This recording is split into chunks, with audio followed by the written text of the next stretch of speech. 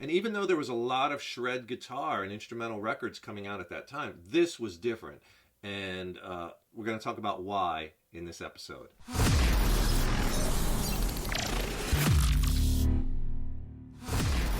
Hey, how's it going? David Taub here with NextLevelGuitar.com. Hope all's going well, and I hope your guitar and musical journeys are going famously. And today we're going to talk about this. This is Surfin' with the Alien, the second studio release from Joe Satriani. It was released in October of 1987 by Relativity Records. And welcome to another episode of The Vinyl Explorer. And this is where we take some classic records, old, new, different genres, and we talk about them. And I discuss my opinions on why I feel that these records are really important records and really need to be listened to, and many of these records have influenced me greatly throughout my guitar and musical journey, like this one here. Joe Satriani, one of my favorite guitar players and a big influence on my playing. And this record was the first rock instrumental record to reach the Billboard 200 charts, and I think it even peaked out at like number 29.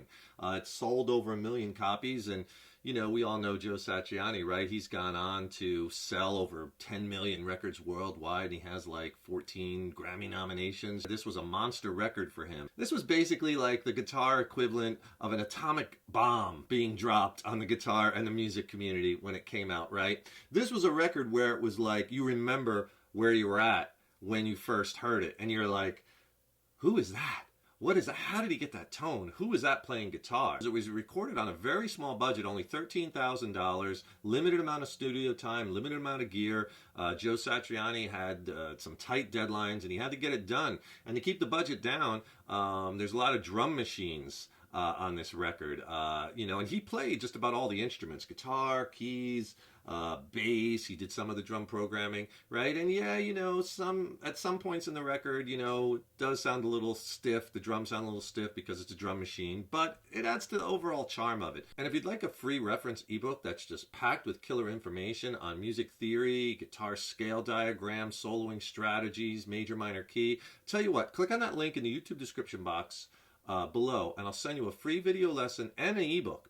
Right? The video lesson's killer. It's extended play. It's not on YouTube, and the ebook is a reference book you'll use throughout your guitar journey. It's a fabulous 1-2 combination. I'll send them to you for free. Video lesson ebook. Just click on that link below. Now, this record put Joe Satriani on the map. It was his second release. His first release was like an EP. It had a couple live cuts on it called Not of This Earth, and that is also killer, right? You should get that one too, because there's some killer cuts on there, including Hordes of Locusts, which he does an amazing live version of, and it's him playing live with Stu Hamm and Jonathan Mover, so it's really good. You should check that one out too. And this record really put instrumental rock music back on the map. I mean, look at some of the successful instrumental records, rock records that came out after this that did really well. Steve Vai's Passion and Warfare, right?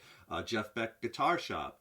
Eric Johnson, right? He had a big hit with his instrumental record, right? Now, this record really put him on the map because he kind of went from this, session player and killer guitar teacher to just guitar god, right? And he was in San Francisco. He was teaching, some amazing players, some big name players. He was the teacher of like Kurt Hammett from Metallica and Larry Lalonde from Primus, and Steve Vai, Alex Skolnick of Testament, David Bryson at Counting Crows. So he was a very successful teacher, and he has a black belt in music theory. So the guy really knows his stuff, and he's very, very good at crafting songs and melody. And the big question is, what makes this record so different, right? Because there was a lot of instrumental guitar shred records around this time. The whole Mike Varney thing, right, that he produced. And a lot of that stuff is really, really good. And incredibly talented guitarists. You had guys putting out records, guys like Jason Becker, Marty Friedman, Cacophony, Vinnie Moore, Tony McAlpine, Greg Howe. All great stuff and all technical wizards on the instrument, right? Yngwie Malmsteen, right? Just amazing stuff. So what makes this record different, and why did it take off like it did? Well, in my opinion, was the way that he could come up with melody and weave the melody into guitar instrumental music, right? The melodies are so strong. His lines are almost singable. And this record also is very diverse. He goes from playing like crazy blues-esque shuffle boogies like Satch Boogie to just hard rock kind of shredding like in Ice Nine, to these really beautiful ballads like Always With You, Always With Me, to these really cool atmospheric kind of songs like, Echoes or Midnight. to this cool two-handed tapping kind of arpeggios in a way that was kind of different, you know? And that's the thing, too. This album, it's just so, the way he sets up the soundscapes and the atmospheres, it's just awesome. And he does this by, you know, he's just not playing 1, 4, 5 basic chords. The guy is a real black belt in music theory, and his chord progressions are complex and interesting.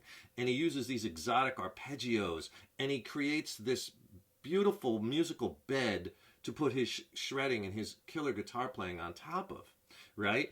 And his playing in this record is just so fluid and just flowing out of him. It just doesn't seem over the top. It just doesn't seem showy. You know what I mean? Great songs, catchy melodies, and his bold tone. And his tone and sounds were really a little different at the time. And, you know, and then he had of course, the big thing was the radio play, the strength of those 3 songs that charted. The song Surfing with the Alien, Satch Boogie, and Always With You, Always With Me. So all those things combined, in my opinion, really made this record just explode. And yeah, I mean, there's tons of fretboard gymnastics and awesome technical things he's doing and his legato style. But it's set in this spacey kind of otherworldly soundscape, right, to his music, which really kind of the whole spacey kind of otherworldly thing ties into the cover, right? And the cover is a brilliant idea. It was Silver Surfer, right? Marvel riding right on the hand of Galactus.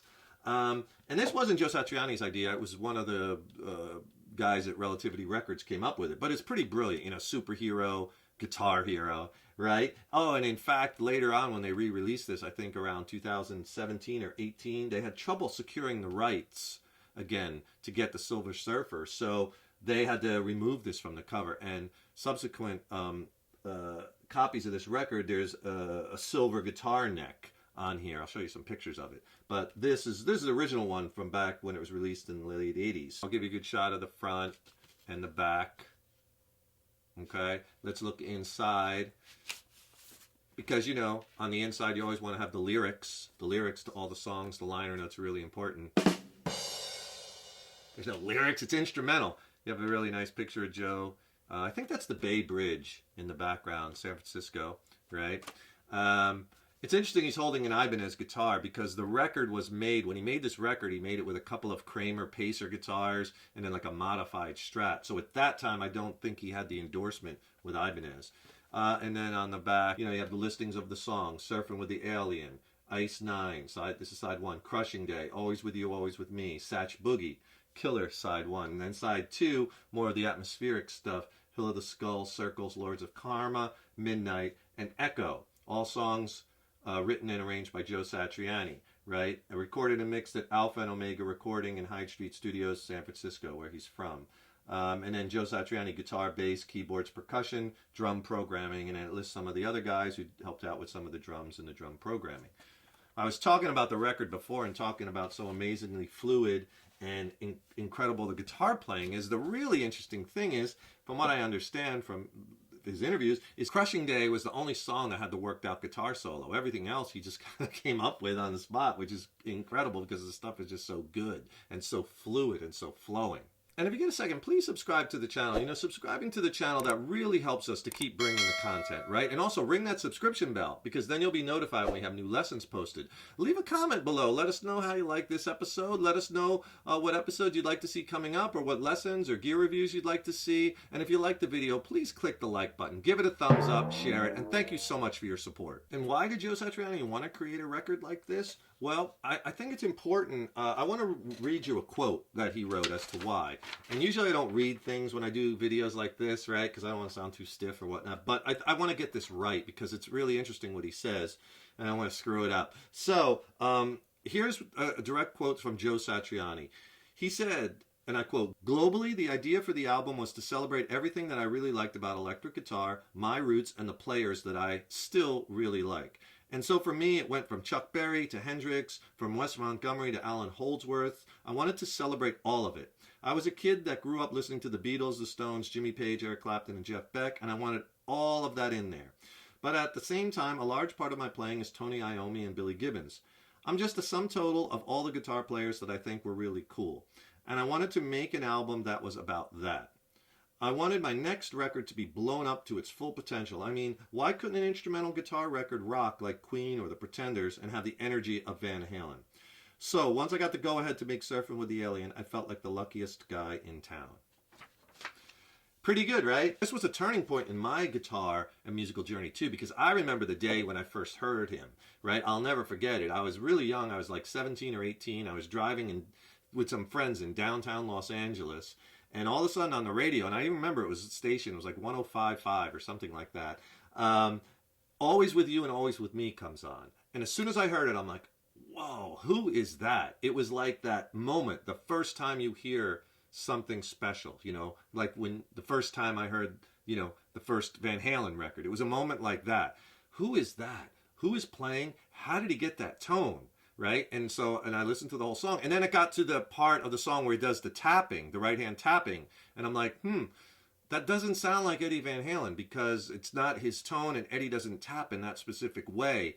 But who is this? I didn't know. And then after the song, of course, I went right to the next song. I didn't know. But later I found out it was on the radio again, Joe Satriani. So I go home, of course, I buy this record, and I'm just totally floored, right? Just incredible. And then I go out and I buy his first one, Not of This Earth.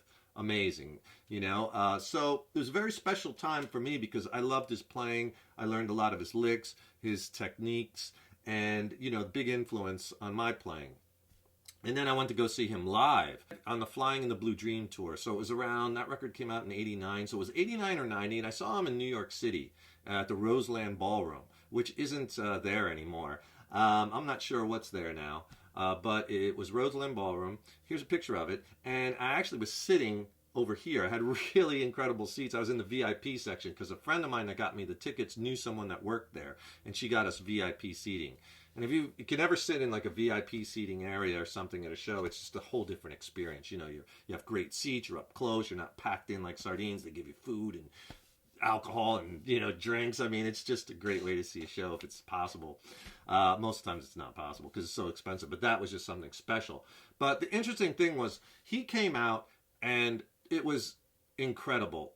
The whole night he shredded, and there was not a note out of place, not an open string pop, not a wrong note, not a string dink, nothing. His playing was flawless technically. He was doing these one-handed sweep arpeggios and crazy tapping two-handed sequences, and his playing was just amazing. I mean, there's not a lot of players I could say that about. I go see a lot of live music, and there's maybe just a handful of guys that I've seen where a whole night they were just flawless. I mean, not one mistake, not one open string pop. I mean, how do you do that? You know, other guys that I've seen that were flawless the whole night like that were like Eddie Van Halen, who I saw live many times, John Five, incredible, Guthrie Govan, flawless, Stevie Ray Vaughan, a couple times I saw him a bunch of times and always flawless.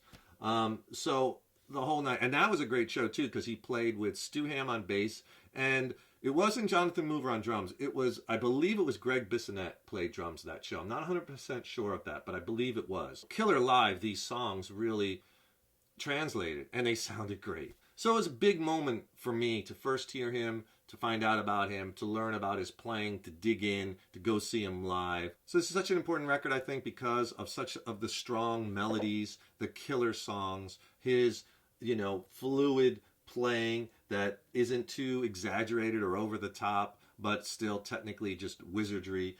The atmospheres he creates, right, with the exotic chord progressions, exotic arpeggios, the bed that he lays down, the interesting songs and sounds, and his bold tone, right, his amazing guitar tone, all things that go into why I feel this record is such a gem and a masterpiece and an important one. So be sure and check it out if you haven't as yet. Thanks for watching another episode of The Vinyl Explorer. Really appreciate your support, and keep the comments and the emails coming. So appreciate that. Don't forget to subscribe to the channel. That really helps us to keep bringing the content. Ring that subscription bell, and then you'll be notified when we have new lessons posted, new reviews posted, new Vinyl Explorer posted, right? And also, don't forget, get your free video lesson and ebook by clicking on that link in the YouTube description box below. It'll really help you along in your guitar and musical journey. Thanks for watching, and thank you for your support over the years and years. So appreciated. Keep listening to great music and going out and digging through bins and finding killer vinyl, right? And listening to it on vinyl and a good set of speakers, because that's how it was designed. The music was created to be listened to on, right? Through good speakers on vinyl, not in these little earbuds, right? Or on computer speakers, right? But Yeah, so enjoy that journey and process. Keep up all the hard work on those guitars. Keep having fun with them. And remember, your guitar playing is an evolution, right? So enjoy the journey. Take care, rock on. See you in the next video.